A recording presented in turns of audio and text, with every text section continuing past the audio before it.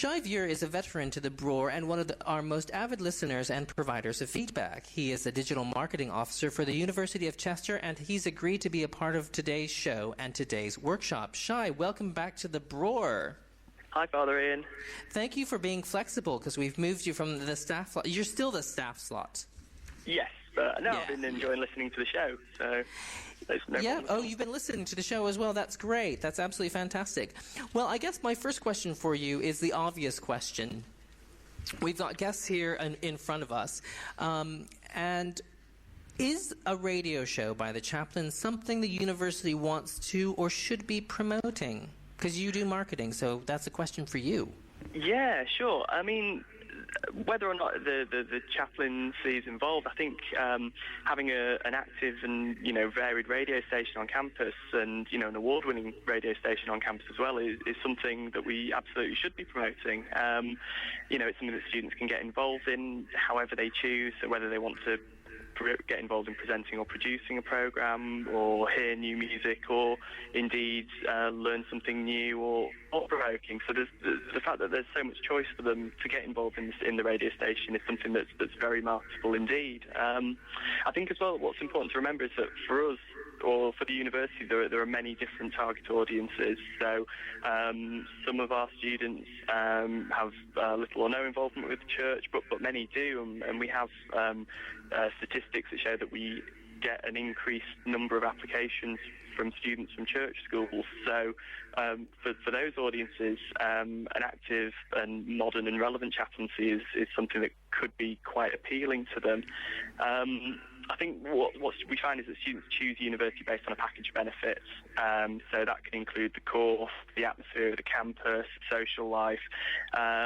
We've even had students choose university based on whether their favourite shops are nearby. So we include the religious their favourite beliefs. shops are nearby? Yeah. We've had students, we've heard always choosing or not choosing university, whether there's a Primark nearby. So it's a whole package of things, and their religious affiliation comes into that as well. So I don't think any of us would ever say that a student would be put off by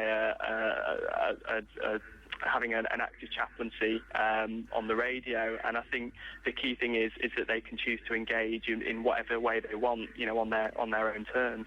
Okay, so being a staff member and being somebody who is in a professional role and using that professional role, we had a conversation about millennials being consumers of communication rather than people who communicate, and we followed with that with the notion that radio consumption is consumption communication because it's largely one way. So another question for you as a marketer is the BROR pitched right to both capture the target audience and to engage their minds in critical thinking as consumers of communication?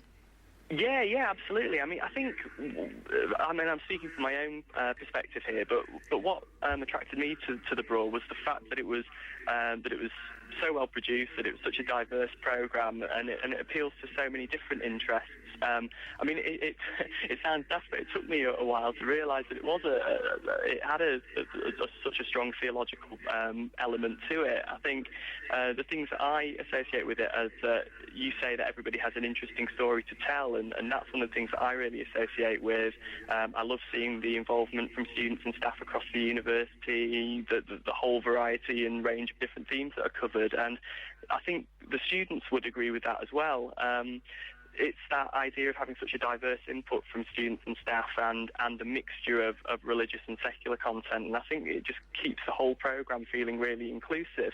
What you're saying about radio being a one-way thing is really interesting, because I would agree with that to a point, because what you can do if you listen to a radio programme is that you can engage with it on your own terms. You could listen to the programme in the bath if you wanted to, and not feel the pressure of being in a formal religious environment. And particularly as well, the fact that it's available as a podcast means that you can engage with it whenever you want.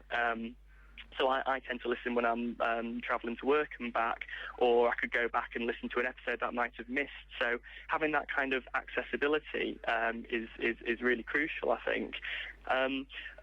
the idea of radio as a kind of mass communication, as a one-way thing, is kind of interesting. So I was reading an interview with a chap called Tom Standage, who says that this idea of people think that social media is a really new thing, but in actual fact, it's the one-way mass communication that's a new thing. I mean, Romans would literally scroll messages on the wall in Pompeii, and Tudors would pass these little manuscripts around courts. So the fact that radio is one-way is something that's very much a 20th century kind of concept, because obviously the technological and the financial barriers to somebody being able to broadcast messages to many people. But with radio now, it's not like that, and you've been encouraging people to tweet in their own comments. Somebody could go online and post a video response to the programme, or somebody could even record an alternative programme that's an alternative viewpoint on some of the things that we've discussed. So I think radio is a really, really good medium, because it can be one way if people want it to be, or it can be really interactive and accessible. So it gives students that choice, that flexibility of engaging in as much or as little as they want to. On their terms.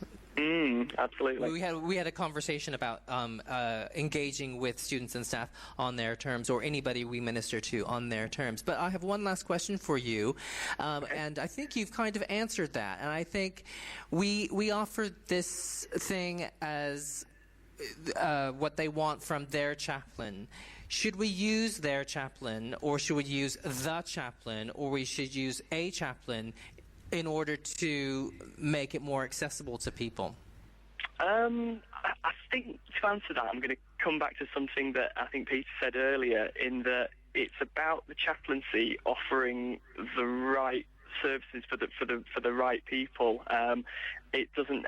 The chaplaincy gets involved in so many other areas and supports, and for me, it produces a radio show that I really enjoy. It creates a supportive atmosphere and ethos at work, and sort of going outside of the university for a minute. I'm involved in a church group because of as a young father, they provide a reasonably priced childcare, and also a kind of support network of other dads in a similar situation. So I think if you can engage with people, I think the key is if you can engage with people on their own terms and in a way that they want, then they will feel like chaplaincy is something that belongs to them, and I don't think they'll have a problem with seeing the chaplain as their chaplain, as long as they get the services and the support that they need, whether or not that's overtly religious. That's great. Shive, you're a digital marketing officer for the University of Chester. Thanks for that, and keep tweeting in. We'll get responses from the floor when we're going into the next song.